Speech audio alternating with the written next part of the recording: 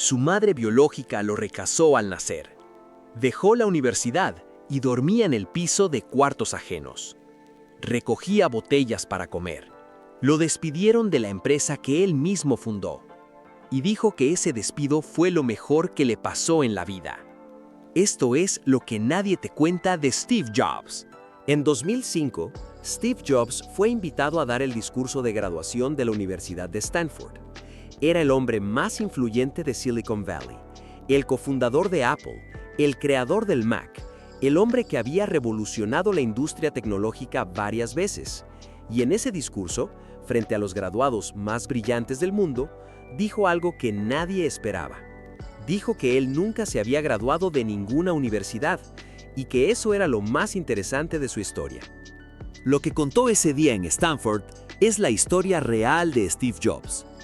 No la del genio que todo lo toca y todo lo convierte en oro, sino la del niño que fue rechazado antes de nacer, que durmió en el suelo de habitaciones ajenas, que recogía botellas para comer y que fue echado a la calle por la empresa que él mismo había creado, y que volvió y cambió el mundo de nuevo. Esto es, nadie los vio venir. Steve Jobs nació el 24 de febrero de 1955 en San Francisco, California. Su madre biológica, Joan Schiebel, era una joven estudiante universitaria soltera. Su padre biológico, Abdul Fattah Handali, era un estudiante sirio. Dos jóvenes que no estaban en condiciones de criar a un hijo y tomaron la decisión de darlo en adopción. Joan tenía una condición. El bebé debía ser adoptado por graduados universitarios. Y todo estaba listo para que lo adoptara un abogado y su esposa. Excepto que, en el último momento, esa pareja decidió que prefería una niña. Y entonces, en medio de la noche, Paul y Clara Jobs recibieron una llamada. Una sola pregunta. ¿Quieren un niño inesperado? Dijeron que sí, por supuesto. Pero cuando Joan se enteró de que Clara nunca se había graduado de la universidad y que Paul ni siquiera había terminado el bachillerato, se negó a firmar los papeles de adopción. Solo se dio meses después, cuando la pareja prometió que algún día Steve iría a la universidad. Esa promesa fue el principio de todo. Paul Jobs era mecánico, trabajaba con las manos. Tenía un garaje en Mountain View, California, en lo que hoy se llama Silicon Valley. Y en ese garaje le enseñó a Steve el amor por construir cosas, por entender cómo funcionan, por no tener miedo de desmontar algo para ver qué hay dentro. Ese garaje fue la primera escuela de Steve Jobs, antes de Reed College, antes de Apple, antes de todo. Y cuando Jobs creció y fue a buscar a sus padres biológicos, Joan le pidió perdón. Le dijo que no había querido hacerlo. Jobs respondió que Paul y Clara eran sus padres, siempre y sin ninguna duda. A los 17 años, Jobs cumplió la promesa que sus padres habían hecho por él. Entró a Reed College, en Portland, Oregon, una de las universidades más caras de Estados Unidos, y los ahorros de toda la vida de Paul y Clara se iban en la matrícula. 6 meses después, Jobs la dejó, no porque fuera vago, sino porque entendió que no podía seguir gastando el dinero de sus padres en algo que no sabía si quería. En el discurso de Stanford, describió ese momento como aterrador, pero también como una liberación. Y lo que hizo a continuación es uno de los detalles más humanos y menos conocidos de su historia. No se fue a casa, se quedó en el campus. Dormía en el suelo de los cuartos de sus amigos. Recogía botellas de Coca-Cola y las devolvía a los depósitos por 5 centavos cada una para poder comer. Y una vez a la semana caminaba 11 kilómetros hasta un templo Hare Krishna porque ahí le daban una comida decente gratis. 11 kilómetros para comer. Y en ese periodo, sin obligaciones académicas, sin un plan claro, siguiendo solo su curiosidad, empezó a asistir como oyente a las clases que le llamaban la atención. Una de ellas era una clase de caligrafía. Aprendió sobre tipografías, sobre el espacio entre letras, sobre lo que hace grande a un tipo de letra. No tenía ninguna aplicación práctica evidente. 10 años después, esa clase de caligrafía se convirtió en las tipografías del primer Macintosh, la primera computadora de la historia con una tipografía hermosa. No podía conectar los puntos hacia adelante, solo hacia atrás. Y esa idea, la de confiar en que los puntos se conectarán, se convertiría en el núcleo filosófico de su vida. En 1976, Jobs y su amigo Steve Wozniak fundaron Apple en el garaje de la familia. Vendieron la furgoneta de Jobs y la calculadora programable de Wozniak para tener capital inicial. El primer Apple se vendió a $666. 10 años después, Apple era una empresa de $2.000 millones. Jobs tenía 30 años y fue echado de la empresa que él mismo había fundado. La historia es compleja, pero el núcleo es simple. Jobs convenció a John Sculley, el presidente de Pepsi Cola, de que dejara Pepsi para dirigir Apple. Le preguntó, ¿quieres vender agua azucarada el resto de tu vida o quieres venir conmigo a cambiar el mundo? Sculley aceptó. Y 2 años después, Sculley y la junta directiva de Apple tomaron la decisión de quitarle a Jobs sus responsabilidades operativas. Jobs intentó hacer un contragolpe. Falló. Y en 1985, con 30 años, Steve Jobs fue forzado a salir de Apple. La empresa que él había fundado en un garaje, con 30 empleados que él mismo había reclutado, con una visión que nadie más tenía entonces, lo echó a la calle. En el discurso de Stanford, describió ese momento con una honestidad brutal.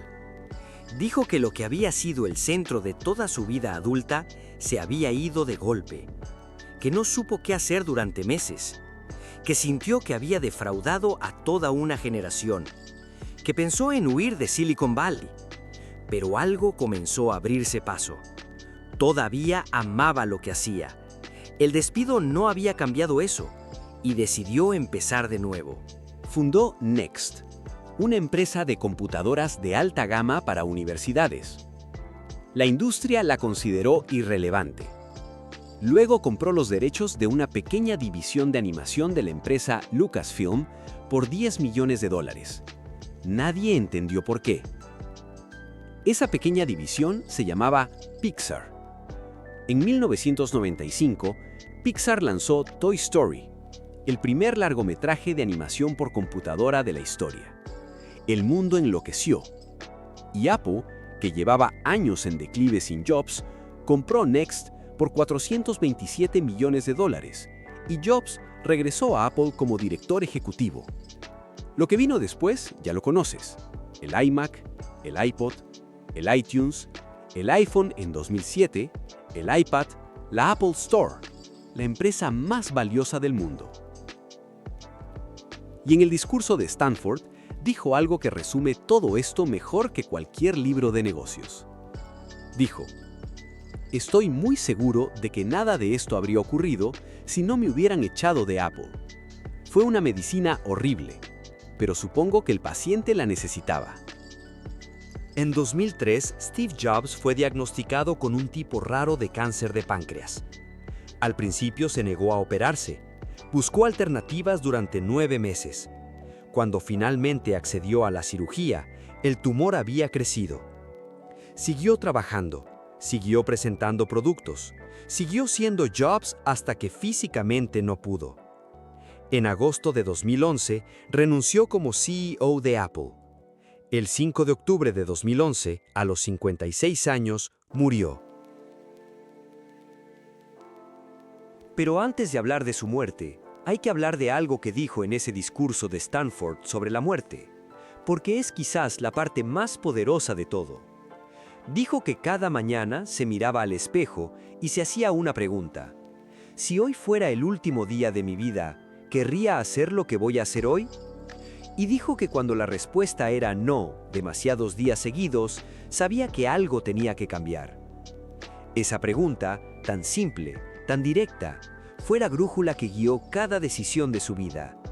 No dejó la universidad porque fuera imprudente, la dejó porque mirarse al espejo y gastar el dinero de sus padres en algo que no lo llenaba era una respuesta de no. No fundó Next y compró Pixar porque tuviera un plan maestro. Lo hizo porque todavía amaba crear cosas, y esa era una respuesta de sí. Y cuando volvió a Apple, no volvió para demostrar nada. Volvió porque hacer productos que cambiaban la vida de la gente seguía siendo la respuesta más honesta que su espejo le devolvía. La historia de Steve Jobs tiene muchas lecturas posibles. La del genio, la del tirano, la del visionario, la del perfeccionista obsesivo. Pero la que menos se cuenta es esta.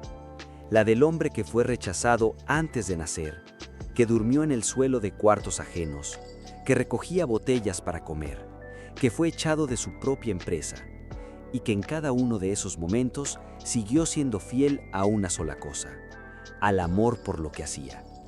Dijo en Stanford algo que no he podido olvidar.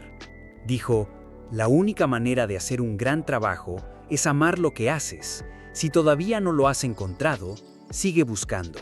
No te conformes. Eso no es filosofía de póster, es el resumen literal de cómo vivió. Dejó la universidad porque no amaba eso. Fundó Apple porque amaba crear. Fundó Pixar porque amaba el arte y la tecnología juntos. Volvió a Apple porque todavía amaba construir cosas que la gente pudiera tocar y que cambiaran cómo vivían. Y murió haciendo exactamente eso. Eso es lo que me llevo de Steve Jobs. No el iPhone, ni el iPad, ni los miles de millones de dólares, sino la imagen de un chico de 20 años caminando 11 kilómetros para comer, y convencido de que si seguía su curiosidad, los puntos se conectarían solos. Y tenía razón.